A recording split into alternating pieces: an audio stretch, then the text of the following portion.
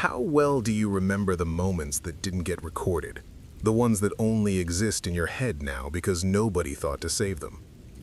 I used to think I remembered them perfectly. I was wrong about that. I'm 34. I work in insurance claims, which means I spend most of my time telling people why we can't help them. I was driving through South Carolina in late September because my mother had just been moved into hospice care in Charleston, and I wasn't ready to get there yet. That's the truth of it.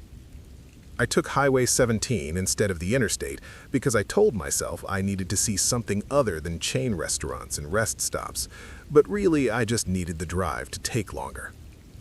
The diner appeared around 2 in the afternoon. I hadn't seen another building for maybe 20 minutes. Just swamp on both sides of the road, cypress trees standing in dark water, that thick smell of rot and growth happening at the same time. The diner was set back from the highway, white paint peeling, a gravel parking lot with 3 cars in it. The sign said Emmy's in faded red letters. I wasn't hungry, but I needed to stop moving for a few minutes, needed to sit somewhere that wasn't my car. The inside was what you'd expect. Vinyl booths, laminate tables, a long counter with chrome-edged stools, a jukebox against the far wall, the old kind with the curved glass front. There were 2 other customers, an elderly man at the counter and a younger guy in a booth near the back, both eating in silence. The air conditioning rattled but didn't seem to actually cool anything. The waitress came over as soon as I sat down. She was maybe 60. Thin with gray hair pulled back in a bun that looked like it had been done the same way for 40 years. Her name tag said Lorraine. "Coffee?" she asked. "Please." She brought it without asking how I took it, set it down with a slight tremor in her hand. I noticed she didn't meet my eyes directly, kept her gaze just slightly to the left of my face. "You just passing through?" she asked. "Yeah, heading to Charleston." She nodded slowly, then glanced toward the jukebox. It wasn't playing anything. "If you're planning to stay a bit, you might want to pick something. It plays better when someone picks." I didn't know what that meant, but I had quarters in my pocket from the toll roads. I walked over to the jukebox, mostly to give myself something to do. The selection cards were yellowed, some of the titles barely legible.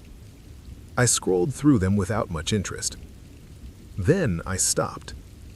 Song C7 was listed as The Old Rugged Cross, performed by someone I'd never heard of. But I knew that song. Specifically, I knew a recording of that song that shouldn't exist anywhere except in my memory. When I was 7, my grandmother recorded herself singing it on a cassette tape. Just her voice, no music, singing in her kitchen while I sat at the table drawing. She'd recorded it because I asked her to. I wanted to be able to hear her sing it whenever I wanted. The tape had been lost decades ago, probably thrown out during one of our moves. But I remembered the way her voice cracked slightly on certain words, the way she took a breath in a specific place that wasn't quite on tempo. I pressed C7. The song started and I felt something cold settle in my chest. It was her voice. Not a similar voice, not the same hymn performed by someone else. It was the exact recording from that kitchen, complete with the sound of her shifting weight, the small intake of breath before the second verse, even the distant sound of a car passing outside the window. I stood there until the song ended. The diner was completely silent, except for the scrape of a fork against a plate somewhere behind me. When I turned around, Lorraine was watching me from behind the counter. I sat back down. My coffee had gone cold, but I held the cup anyway. "That song," I said when she came back over. "Who chose the music for the jukebox?" "It's been the same selection since before I started working here," she said. "That was 1987. Where would that recording have come from?" She looked at me directly for the first time. Her eyes were pale blue, almost colorless. "I don't ask questions about the jukebox," she said quietly. "I just keep it plugged in." I should have left then, but I didn't. Instead, I went back and looked through the selections again. This time I was looking for something specific, and I found it at G4. The title just said, "Birthday Song, Private Recording." When I was 9, my father recorded himself singing Happy Birthday to me on our home video camera, but the camera had no tape in it. He'd forgotten to load it. He sang anyway, doing this ridiculous opera voice that made me laugh so hard I couldn't blow out the candles. We didn't find out there was no tape until later. There couldn't be a recording of it.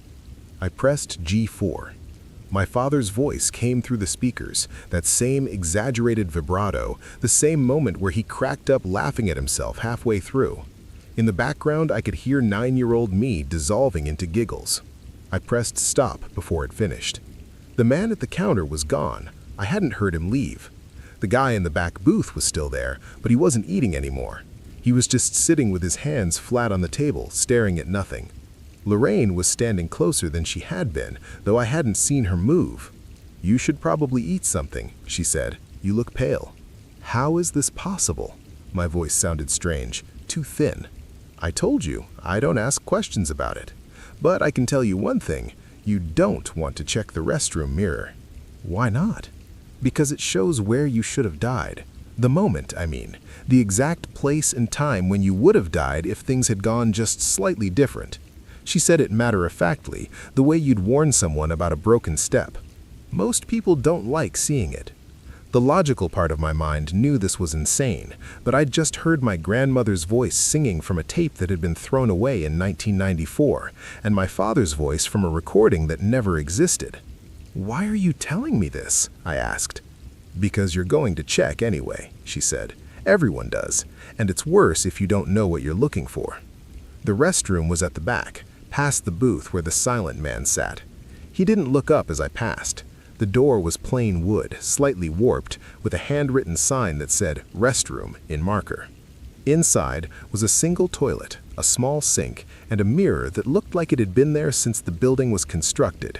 The glass was old, slightly rippled, with dark spots along the edges where the silver backing had worn away. I looked at my reflection. At first, it was just me, pale, exactly like Lorraine had said, with dark circles under my eyes from 3 nights of bad sleep. Then, the reflection changed.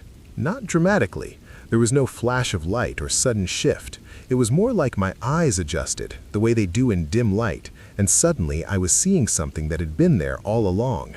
I was looking at a hospital room, specifically at myself in a hospital room, lying in a bed. There was a ventilator, medical equipment I didn't recognize, and I was younger, maybe 26, 27. My eyes were closed. The skin on my face had a grayish tone. There was a date displayed somehow in the image, like a timestamp. March 17th, 2018. I stared at it for a long time. March 17th, 2018 was the day I'd had what I thought was food poisoning. I'd been violently ill, spent most of the night on the bathroom floor, but I refused to go to the hospital because I didn't have good insurance yet and couldn't afford the bills. By morning, I felt slightly better. I went to work the next day. I'd never thought about it again. In the mirror, I watched a doctor enter the room and check the monitors, watched him shake his head slightly at a nurse. The image was completely silent, but I understood what I was seeing. That was the version of March 17th, 2018, where I had gone to the hospital too late, where whatever had been wrong with me, bacterial infection, ruptured appendix, something I'd never identified, had been too far advanced to stop. I looked away from the mirror and back at my actual reflection. Same face. 8 years older than the woman in my hospital bed. When I came out of the restroom, Lorraine was waiting near the door. "Do you understand now?" she asked. "Understand what?" "Why the jukebox has those recordings." I didn't answer. "It's the same thing as the mirror," she said. "It plays the things that should have been lost, the moments that shouldn't exist anymore in the version of the world where you made different choices." I thought about my grandmother's tape. In the version of the world where I died in March 2018, my mother would have gone through my childhood things, would have found that cassette, would have kept it. I thought about my father's video. In that version, he would have checked the camera immediately, discovered his mistake, and recorded it again. Those versions existed somewhere, versions where I wasn't around to lose things, so they got saved instead. "I need to go," I said. "You should eat first," Lorraine said. "You still look pale." But I was already walking toward the door. The man in the back booth still hadn't moved. As I passed, I could see his eyes were wet. I got in my car and sat there for a moment before starting the engine. Through the diner window, I could see Lorraine watching me. She raised one hand in a small wave. I drove straight to Charleston, made it to hospice by 6 p.m. My mother was asleep, breathing shallow, but she was still there. I held her hand until visiting hours ended. She died 3 days later. I was there when it happened. This was 4 months ago. I still drive Highway 17 sometimes when I need to get to the coast. I've tried to find that diner again. I've stopped at every white building, every place that might have been called Emmy's. Nothing matches. But sometimes, late at night, I think about the man in the booth, about how he was just sitting there crying silently, and how he couldn't seem to leave. And I wonder what song he played, what moment the jukebox gave him back, what version of his life he heard where the things he lost were saved. I wonder if he's still there, listening.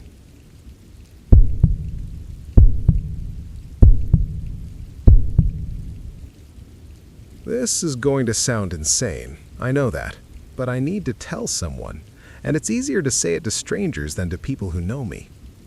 Last October, I stopped at a diner in West Texas, just a random place off the highway. I ordered lunch. That's it. That's the whole story. Except, I think that diner saved my life. Or maybe it was trying to kill me. I still don't know which. I was 26 when this happened, working remote sales for a pharmaceutical distributor.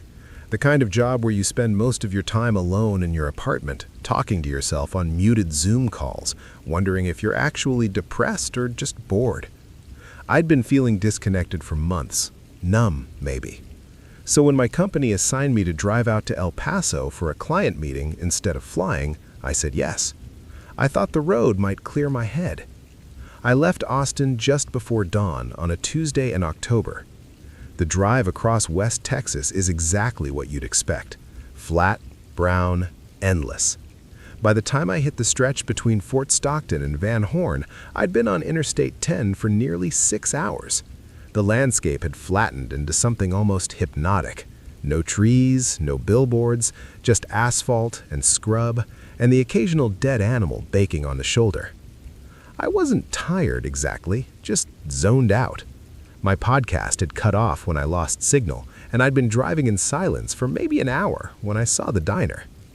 It sat about a quarter mile off the highway, accessible by a narrow 2-lane road.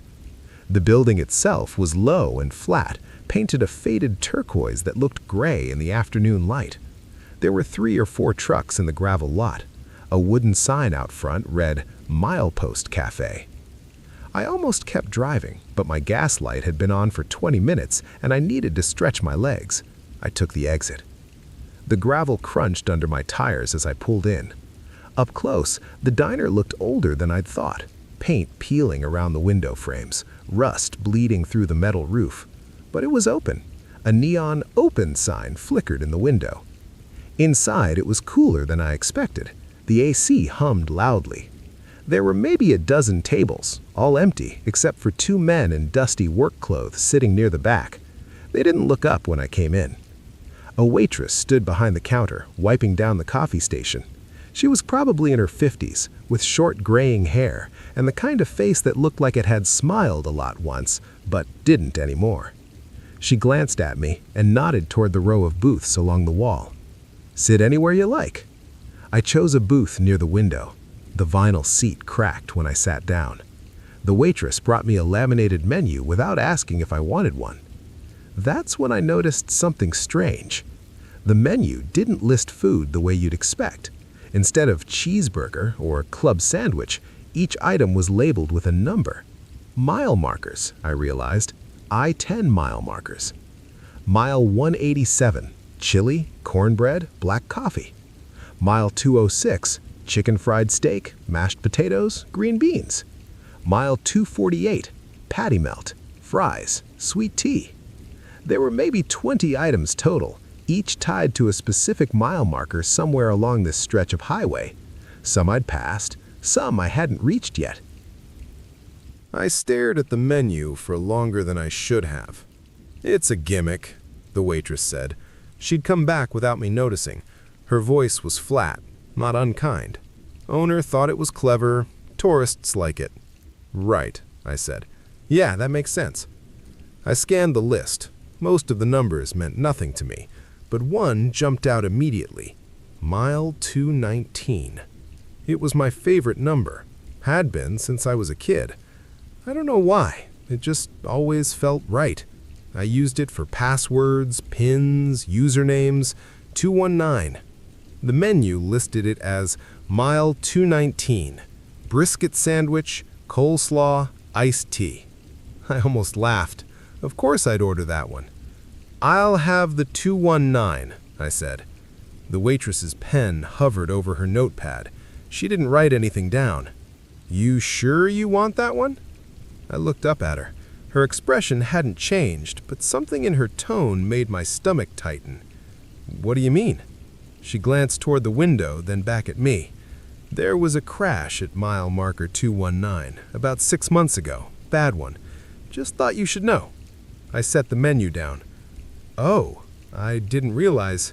"It's fine," she said quickly. "Most people don't know. Just wanted to mention it, in case you wanted to pick something else." I sat there for a second, feeling strangely embarrassed, like I'd accidentally done something inappropriate. "I'll do the 206 instead," I said. She nodded and wrote it down. "Good choice." She walked back to the kitchen, and I sat there staring out the window at my car.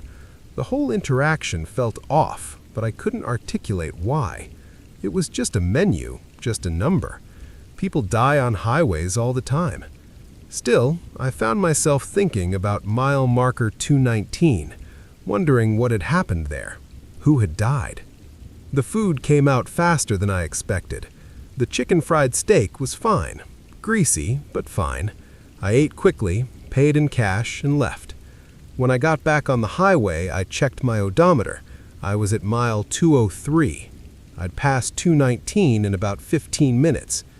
I told myself it didn't matter. It was just a road, just a number, but as I got closer, I found myself slowing down, watching the mile markers tick by. At 218, I saw it. There was a cross on the side of the road, one of those white wooden memorial crosses people put up after accidents. It was small, leaning slightly in the dirt, with a faded plastic wreath zip-tied to the top. I don't know why I pulled over. I just did. I got out of my car and walked over to it. The air was hot and still. No wind, no sound, except the occasional car passing on the highway behind me. The cross had a name on it, written in black marker, Bethany Price. Below that, a date, April 14th. 6 months ago, just like the waitress said. I stood there for a long time, staring at the name, Bethany Price. I didn't know her, didn't recognize the name at all, but something about it felt wrong. I got back in my car and kept driving. I reached El Paso that night, had my meeting the next morning, and started the drive back to Austin the following afternoon. The return trip was uneventful. I didn't stop at the diner. I didn't even take the exit. But when I got home, I couldn't stop thinking about it. I did what anyone would do. I Googled the name. Bethany Price brought up nothing useful at first, too common a name. So I added West Texas and car accident and April 2024. That's when I found the article. It was short, just a few paragraphs in a regional news site. A single vehicle accident on Interstate 10 near mile marker 219. The driver, Bethany Price, age 26, died at the scene. No other vehicles involved. Investigators believed she fell asleep at the wheel. I read it 3 times. Then I saw the photo. It was a small headshot, probably pulled from social media. A woman with dark hair and a hesitant smile. She looked tired. I stared at that photo for a long time. She looked like me. Not identical, but close enough that if someone squinted, if they only glanced, they might not notice the difference. Same age, same build, same dark hair. Same tired eyes. I closed my laptop. For a few days, I told myself it was a coincidence, a weird, uncomfortable coincidence. People look like other people all the time. It didn't mean anything. But then I started thinking about the diner again, about the menu, about the waitress asking if I was sure I wanted the 219. She'd known. Somehow, she'd known. I went back to the article and found Bethany's obituary. It listed her hometown, Austin, Texas, same as me. It listed her job, remote sales for a medical supply company. Close enough. I kept digging.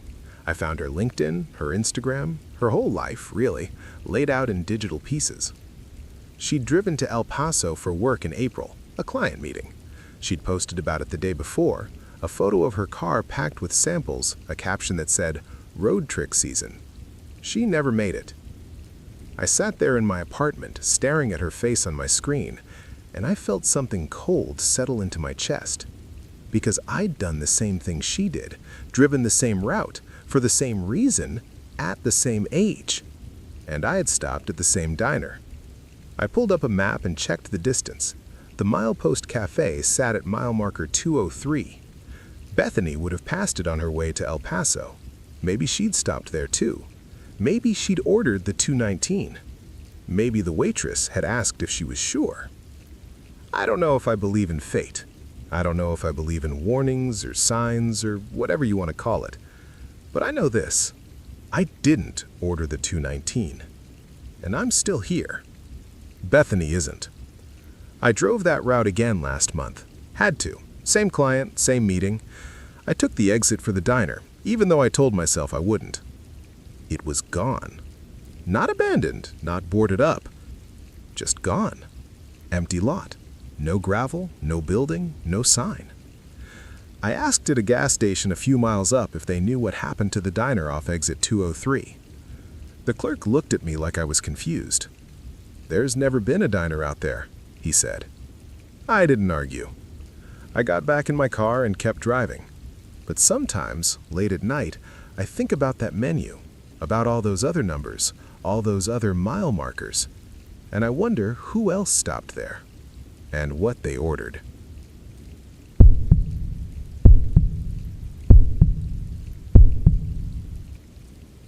I don't check mirrors the way I used to. That probably sounds strange, but you develop habits when you spend as much time alone as I do. Little rituals, ways of confirming you're still present in the world. Glancing at your reflection used to be comforting. Now I avoid it when I can. I'm 34. I work as a wildlife surveyor for the state, which means I spend a lot of time alone in trucks on back highways, counting elk herds and checking water sources. It's good work. Keeps me away from people, mostly. That November, I'd been out near the Salmon River for 3 days straight, sleeping in my truck, living on gas station coffee and protein bars. I wasn't in a great place mentally. My divorce had just finalized, and I'd volunteered for every remote assignment I could get. It was around 2 in the afternoon when I hit Highway 93 heading south. The sky had that flat, colorless look you get before snow. I hadn't seen another vehicle in over an hour. My phone had lost signal somewhere past Chalice, and my stomach was starting to eat itself, so when I saw the diner, I pulled in without thinking much about it. The parking lot was gravel, mostly empty except for 2 other trucks and a sedan with Montana plates. The building itself was long and low, that prefab metal-sided construction you see all over rural Idaho. The sign just said "Diner" in red letters, half of them burned out. I remember noticing there weren't any windows along the front, just the door and a lot of brushed aluminum siding. I went inside. It was warmer than I expected, almost stuffy. The layout was standard, counter with stools on the left, booths along the right wall, kitchen somewhere in back. What struck me immediately was the mirrors. The entire right wall, where you'd normally have windows looking out at the highway, was floor-to-ceiling mirror. The left wall, behind the counter, same thing. It created this disorienting effect where the space felt twice as large as it actually was. There were maybe 6 other people in there. an older couple in one booth, a woman by herself reading a paperback at the counter, two men in hunting orange at a table near the back, and a waitress, probably mid-50s, gray hair and a bun, the kind of face that's seen a lot of highway diners. I took a booth about halfway down. The vinyl was cracked and patched with duct tape. Everything smelled like fryer grease and burnt coffee, which was actually comforting in a way. The waitress brought me a laminated menu without a word. I ordered a burger and coffee. She wrote it down and walked away. That's when I started noticing things. I was facing the mirror on the opposite wall. I could see myself in the booth, the back of the waitress heading toward the kitchen, the two hunters at their table. Normal. But then I glanced at the woman at the counter, and in the mirror behind her, I watched her reflection lift her coffee cup. Except she hadn't moved. Her real hand was still on the counter, fingers drumming slightly. I blinked and looked again. Her reflection was drinking. She wasn't. I figured I was tired. 3 days of bad sleep will do that. I rubbed my eyes and looked down at the table. There was a dark stain in the shape of something I didn't want to think about too hard. The coffee came. I drank it even though it tasted like it had been sitting on the burner since morning. I was trying not to look at the mirrors, but it's almost impossible when they're everywhere. The brain wants to check reflections. It's automatic. One of the hunters got up to use the bathroom. I watched him stand, stretch, and walk toward the back. In the mirror, his reflection stayed seated. It didn't get up. It just sat there, still as a photograph, while the real man disappeared through a door marked restrooms. My chest got tight. I told myself it was the angle, some trick of the lighting, or the way the mirrors were positioned. Carnival mirror stuff, funhouse distortion. Except the mirrors looked completely normal, flat, standard glass. The waitress brought my burger. I looked up at her and tried to smile. "No windows in here, huh?" She set the plate down. "Nope." "That a building code thing?" "Don't know." She walked away. I ate the burger because I needed to eat and because not eating would mean sitting there with nothing to do but look at the mirrors. The food was fine, normal. The couple in the booth near the door were talking quietly. I couldn't hear what they were saying, but in the mirror I could see the man's mouth moving, but the words didn't match. I'm not a lip reader, but I know enough to recognize when the shape of someone's mouth doesn't sync with sound. It was like watching a badly dubbed movie. I needed to leave. That's what I kept telling myself, finish eating and get back on the road. But I also needed to understand what I was seeing, because the alternatives were worse. Either something was wrong with the diner, or something was wrong with me. I turned around in my booth so I was facing the other direction. Now I could see the mirror behind the counter, which reflected the mirror behind me, which created that infinite tunnel effect. And in that tunnel, way back in one of the repeated reflections, I saw myself still sitting the other way around, facing forward, staring at the back of my own head.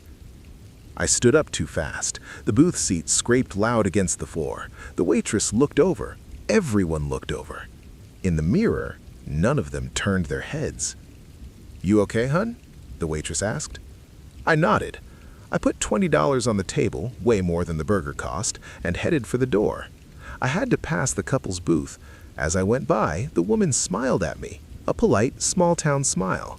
In the mirror, her reflection wasn't smiling. It was staring at me with an expression I can't really describe. Not angry, not sad. Curious, maybe. Or hungry. I pushed through the door and the cold air hit me like a wall. I stood in the parking lot breathing hard, vapor pluming in front of my face. My truck was right there, 10 steps away. I looked back at the diner. From outside, I could see now that there were windows. Not many, just a couple of standard rectangular ones along the front. Through them, I could see the interior clearly, the booths, the counter, the people. And I could see the mirrors on the walls reflecting everything normally. The couple at their booth, the hunters, the woman with the paperback, all of their reflections were doing exactly what they were doing. I got in my truck and I drove. I didn't stop until I was past Mackay, nearly 2 hours south. I pulled over at a rest area and checked myself in the rearview mirror. I moved my hand. The reflection moved with it. I opened my mouth, the reflection opened its mouth. Everything was normal. I tried to convince myself I'd been hallucinating. Dehydration, maybe. Stress, lack of sleep. All of those things can cause visual disturbances. I know that. I've read about it. But here's the thing I can't get past. When I pulled out of that parking lot, I looked in my side mirror, just a habit, checking the road before merging. And in that mirror, I saw the diner behind me, and I saw someone standing in the parking lot watching me leave. It was me. Same jacket, same posture, same face. I just stood there, hands in pockets, watching my truck pull away. I jerked my head around to look through the rear window with my actual eyes, and there was nothing there. Just empty gravel and that metal-sided building and the dead neon sign. I merged onto the highway and drove. I still do this work. I still drive Highway 93. I've never seen that diner again, and I've looked for it. I've stopped at every rest area and turn-off between Chalice and Mackay trying to find that gravel lot in those burned-out red letters. It's not there. But sometimes, when I'm alone in my truck at night, I'll check the rearview mirror, and for just a second, less than a second really, I'll see something that doesn't quite match. A delay, maybe. A fraction of a moment where the reflection catches up to the real thing. And I wonder if I actually left that diner at all, or if I'm still sitting in that booth, staring at a mirror, while something else is out here driving my truck, living my life, moving through the world wearing my face. It would explain why my ex-wife said I seemed different when I stopped by to pick up my mail last month, why my supervisor mentioned I've been off lately, why when I look at photographs of myself from after that day, my smile doesn't reach my eyes quite right. I guess what I'm asking is, how would you know? If you woke up one morning and you were a reflection, something that learned to move on its own, would you be able to tell the difference? Would you still be you?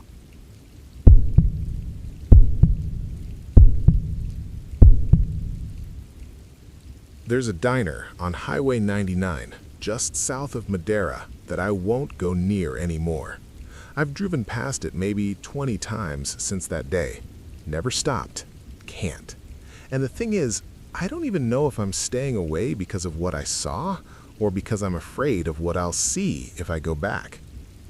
I'm 34. I've been picking almonds and grapes in the Central Valley for 11 years now, following the seasons between Fresno and Bakersfield. I'm not complaining, it's honest work, and I send most of it home to Oaxaca. But that spring, I was tired in a way that sleep couldn't fix. My cousin had gone back to Mexico the month before, and I'd been working the circuits alone, sleeping in my truck between jobs. It was late April when I stopped at that diner on 99, just south of Madera. I'd driven past it 100 times, one of those old places with a gravel lot and a neon sign that said "Eat" in red letters. I usually didn't stop. I had a cooler in the truck, but I'd been on the road since 4 that morning, and I wanted coffee and something hot. The parking lot was about half full. I pulled in around 2 in the afternoon, parked near the back where there was shade from a cottonwood tree. There were maybe 6 or 7 other vehicles, a couple of sedans, a white panel van, an RV that looked like it hadn't moved in weeks. My truck was a '98 Ford, blue paint faded to gray on the hood, easy to spot. Inside, the diner was what you'd expect. Vinyl booths, linoleum floor, a long counter with stools. It smelled like fryer grease and old coffee. There were a few people scattered around, an older couple by the window, a guy in a feed cap at the counter, a woman with 2 kids in a booth near the back. No one looked up when I came in. I sat at the counter because that's what I usually do. The waitress was in her 50s, thin, with hair dyed the color of apricots. She brought me coffee without asking and said the special was meatloaf. I ordered that and a glass of water. That's when I noticed the TV mounted in the corner above the counter. It was an old box model, the kind with the curved screen. It was on, but muted. At first, I thought it was a security feed, black and white, grainy, showing the parking lot outside. I could see my truck under the tree. I could see the RV, the van, all of it. I didn't think much of it. Lots of places have cameras now. I drank my coffee and waited for the food. The waitress didn't talk much. No one did. It was quiet in a way that felt normal for a weekday afternoon in the middle of nowhere. I looked at my phone, but the service was weak, so I just watched the TV. That's when I started to notice something off. The timestamp in the corner of the screen said 6:47 p.m. I checked my phone. It was 2:13. I stared at the screen. The parking lot looked the same, but the light was different. Longer shadows, the angle of the sun lower, coming in from the west. In the feed, my truck was still there under the tree, but the white van was gone. So was one of the sedans. I figured maybe the timestamp was broken. Cameras do that. But then I saw a car pull into the lot on the screen, a red Toyota. It parked near the entrance, and a woman got out, walked toward the diner. I watched her on the TV. She was wearing a blue jacket. I turned to look at the door. No one came in. I looked back at the screen. She was gone from the feed now, like she'd already entered, but the red Toyota was still in the lot. I felt something cold move through my chest. I got up and walked to the window. I looked outside. No red Toyota. The lot looked exactly like it had when I pulled in. My truck, the RV, the van, the sedans, same as before. I went back to my seat. The meatloaf came. I wasn't hungry anymore, but I ate it anyway because I paid for it. I kept glancing at the TV. The time on the feed kept moving forward. 6:52, 6:58, 7:03. The light in the parking lot on the screen grew dimmer, softer. Headlights came on. I watched a pickup truck pull out and leave. On the TV, not in real life. But my truck never moved. Every other vehicle cycled through, arriving, leaving, spaces emptying and filling again. But in every frame, no matter what time the stamp said, my truck stayed in the same spot under that cottonwood tree. I wanted to ask the waitress about it. I opened my mouth, but nothing came out. What was I going to say? Your TV is showing the future and my truck doesn't leave. Instead, I asked for the check. She brought it over and I paid cash. I stood up to go and I looked one more time at the screen. The timestamp said 8:31 p.m. The lot was almost empty now, dark except for the light from the diner sign. My truck was still there. I walked outside into the afternoon sun. The heat hit me, dry and heavy. Everything looked normal. I got in my truck. The engine turned over fine. I sat there for a minute with my hands on the wheel. I could leave. I should leave. But I didn't. I'm not sure why. Maybe I didn't believe what I'd seen. Maybe I wanted to prove it wrong. Maybe I was just too tired to think straight. I told myself I'd wait an hour, see what happened. If nothing, I'd drive off and forget the whole thing. So, I stayed. I reclined the seat a little and closed my eyes. I didn't sleep, but I rested. The sun moved across the windshield. I heard a car start up and pull away, then another. I checked the time on my phone. 3:45, then 4:30, then 5:10.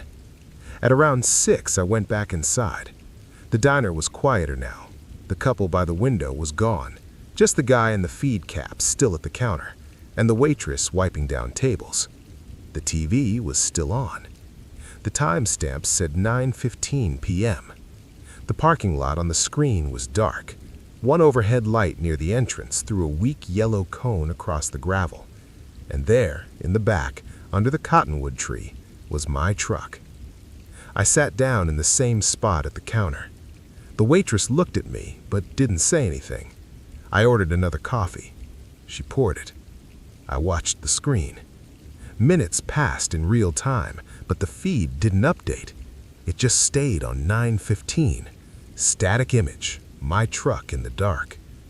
Then, at 9:16, the feed jumped forward.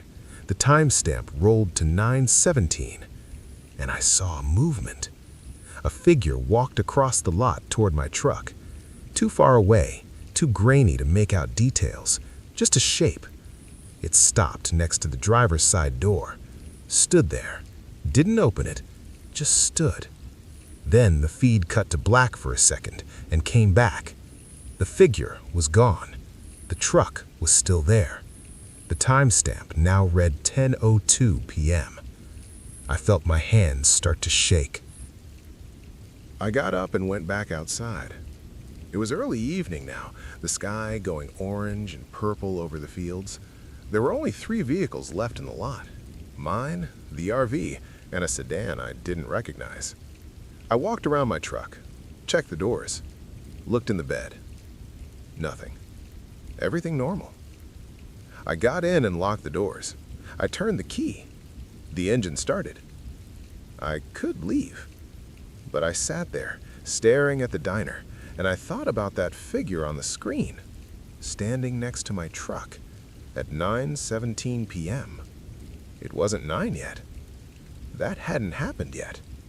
I thought about leaving and proving the TV wrong. I thought about driving south, finding a different place to sleep, forgetting this. But I also thought, what if I can't?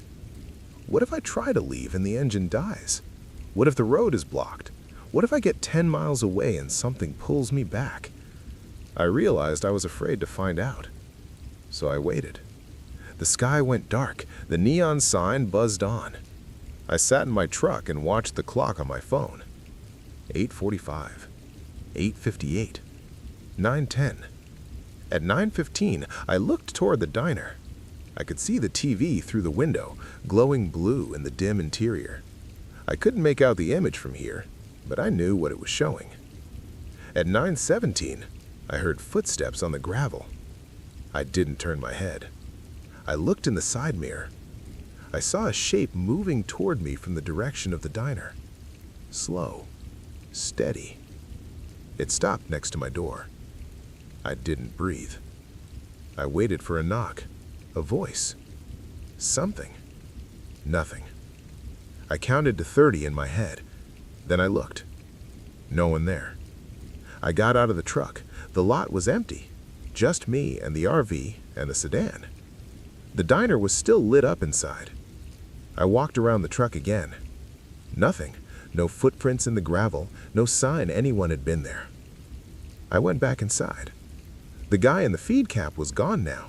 Just the waitress, counting cash at the register. The TV was still on.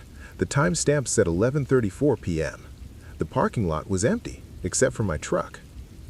I asked her, "Does that camera record or is it live?" She looked up at me. Her expression didn't change. "It's live," she said. "What channel?" "I don't know. It's always been on that." I looked back at the screen. My truck sat alone in the dark. "Can you change it?" I asked. She shrugged. "Remote's been lost for years."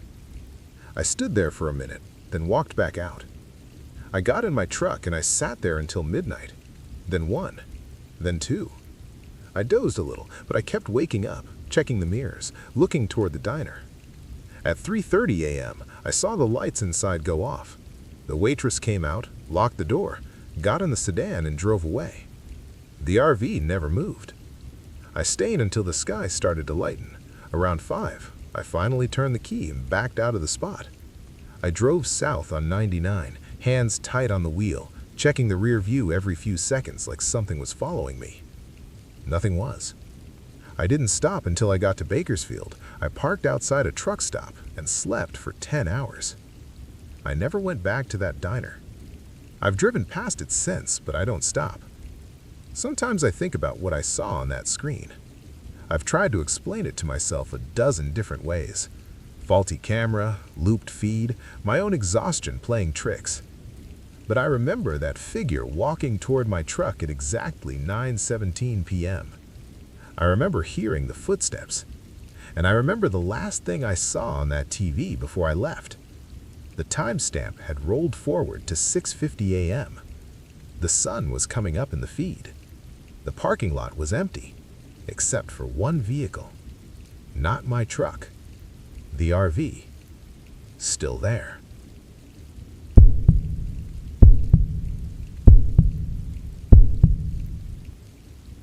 I've tried to explain it to myself a dozen different ways. Exhaustion, 16-hour shift, low blood sugar, stress, highway hypnosis, mass delusion. None of those explanations work, but I keep trying them anyway, because the alternative is accepting what I saw, and I'm not ready to do that. I'm 34. I work night shifts at Presbyterian in Santa Fe, usually the ICU. By the time I drove home that morning, I'd been awake for 16 hours, and my hands still smelled like hand sanitizer no matter how many times I washed them. It was October, early enough that the sun hadn't cleared the mountains yet, and I was supposed to drive straight home and sleep. I didn't. I took the exit for State Road 14 instead. I had driven it before, maybe twice, always during the day. It's one of those scenic routes tourists take between Santa Fe and Albuquerque. The Turquoise Trail, they call it. Goes through old mining towns and stretches of nothing. I don't know why I took it that morning. I wasn't thinking clearly. I just wanted to be moving, to not be in my apartment yet, staring at the ceiling and replaying the shift. The diner appeared about 20 minutes south of the interstate. I hadn't been looking for it. It was just there, set back from the road with a gravel lot and a faded sign that said Linus. The building was low and flat, painted turquoise years ago, but sun-bleached to almost white in places. There were 4 cars parked outside. That seemed like a lot for the middle of nowhere at 7 in the morning. I almost kept driving, but my head felt heavy and I hadn't eaten since my break at midnight, so I pulled in. The gravel crunched under my shoes. It was quiet out there in a way the city never is. No distant traffic, no sirens, nothing.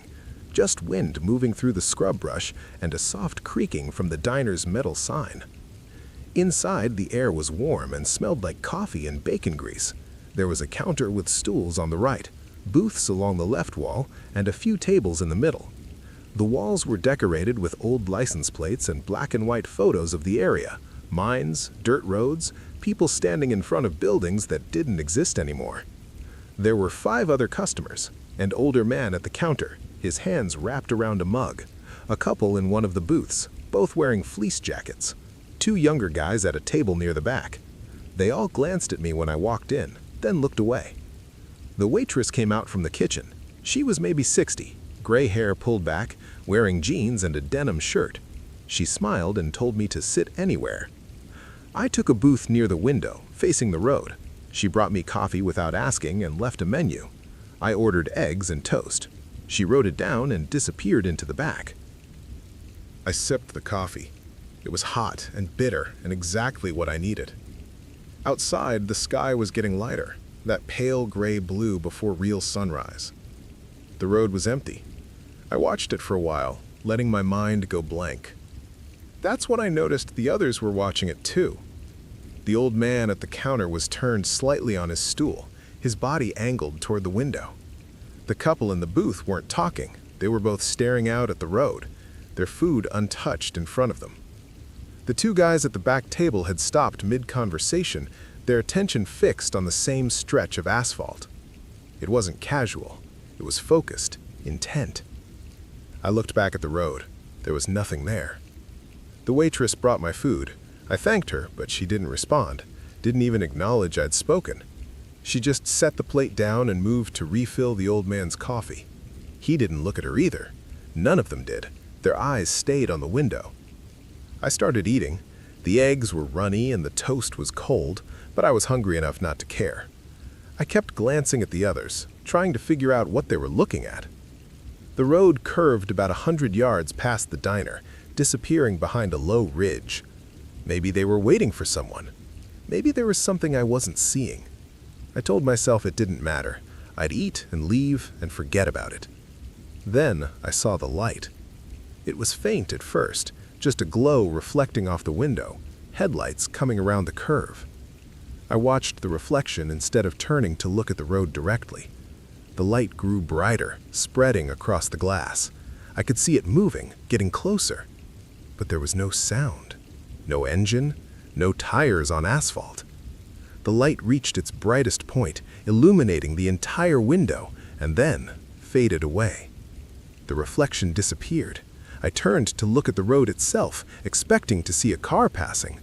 But there was nothing. The road was empty. The light was gone. I looked at the others. None of them reacted. They just kept staring, waiting. My hands felt cold. I wrapped them around my coffee mug. A few minutes passed, the sky continued to lighten.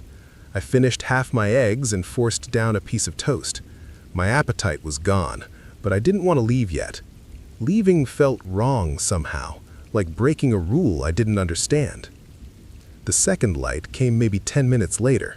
Same thing, a glow in the window, growing brighter as it approached. I watched the reflection this time, didn't bother turning around. The light moved slowly, deliberately, and again there was no sound.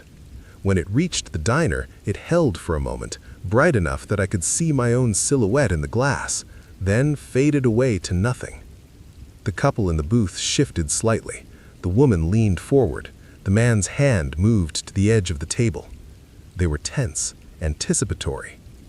I wanted to ask what they were doing. I wanted to say something, anything, but my throat felt tight and the words wouldn't come. The third light appeared faster than the others. The glow built quickly, almost urgently, and this time I heard something, a faint sound like wind, or maybe tires on gravel, but distant and muffled. The reflection blazed across the window, brighter than before, and I saw the old man at the counter straighten his shoulders. The two guys at the back table leaned forward in unison. Then it was gone again. Silence returned. I put down my fork. My hands were shaking slightly. I told myself it was just exhaustion, just the end of a long shift, but that wasn't true. Something was wrong with this place. The waitress emerged from the kitchen carrying a pot of coffee.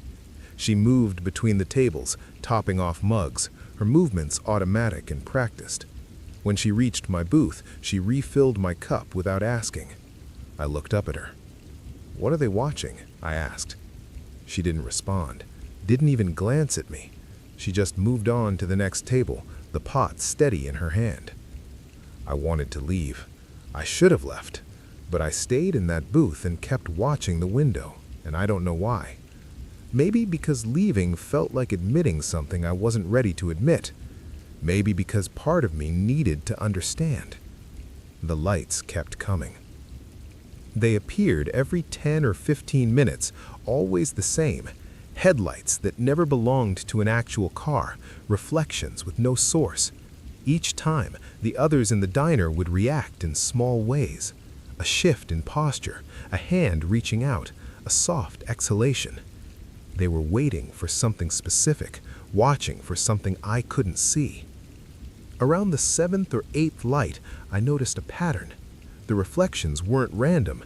They moved at the same speed, followed the same trajectory, brightened in the same way. They were repeating, looping. I stood up. My legs felt weak. I walked to the window and looked out at the road directly, pressing my palm against the glass. It was cold.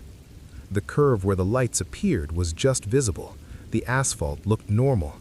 There were no skid marks, no debris, nothing to suggest why this spot would matter. Just a turn in the road, the kind you'd barely notice during the day. I heard a chair scrape behind me. I turned. The old man at the counter was looking at me now, really looking, and his expression wasn't blank anymore. It was sad, deeply, profoundly sad. "You should go," he said quietly. His voice startled me. It was the first words I'd heard from any of them. "What are you watching?" I asked again. He didn't answer. He just turned back to the window. I returned to my booth. I left $20 on the table, more than enough for eggs and coffee, and walked toward the door. None of them looked at me. They'd already forgotten I existed. Outside, the sun had finally cleared the mountains. The light was sharp and clean, making everything look too bright, too real. I got in my car and sat there for a moment, hands on the steering wheel. Another light appeared in the diner window. I could see it from where I was parked, a glow spreading across the glass, building to its peak, then fading. Through the window, I could see the silhouettes of the people inside, all of them watching, all of them waiting. I started my car and pulled out of the lot. I didn't speed. I drove carefully, mechanically, north toward the interstate.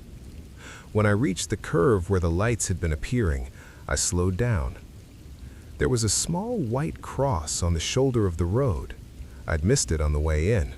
The kind people put up at accident sites, usually with flowers or photos. This one was weathered, the paint chipped and faded. No flowers, no names, just the cross. I kept driving. That was 4 months ago. I haven't gone back to State Road 14. I take the interstate now, even though it's longer. I tell myself it's because the other route isn't worth the time, but that's not why. Last week, I looked up accidents on that stretch of road. There have been 14 fatal crashes on State Road 14 in the last 20 years. Most of them were at that curve, where the road bends and the morning sun comes in at a bad angle. The reports mention speed, driver error, probably exhaustion. I found photos from some of the accidents. In 3 of them, you could see the diner in the background, just barely visible behind the emergency vehicles. I'm trying not to think about what the people in that diner were waiting for, or why they needed to watch, or whether they'd been customers once, stopping for breakfast on their way somewhere else. I'm trying not to think about the fact that every single light appeared at the same time of morning I'd been driving, or that if I'd stayed on the interstate that day, if I hadn't taken the exit for 14, I would have reached that curve right around sunrise, when the light hits wrong and you're tired and you're not paying attention and you don't see the turn until it's too late. I'm trying not to think about the old man's expression when he told me to go. But mostly, I'm trying not to think about the reflection I saw in the diner window during that last light, right before it faded. Because for just a moment, I thought I recognized the car.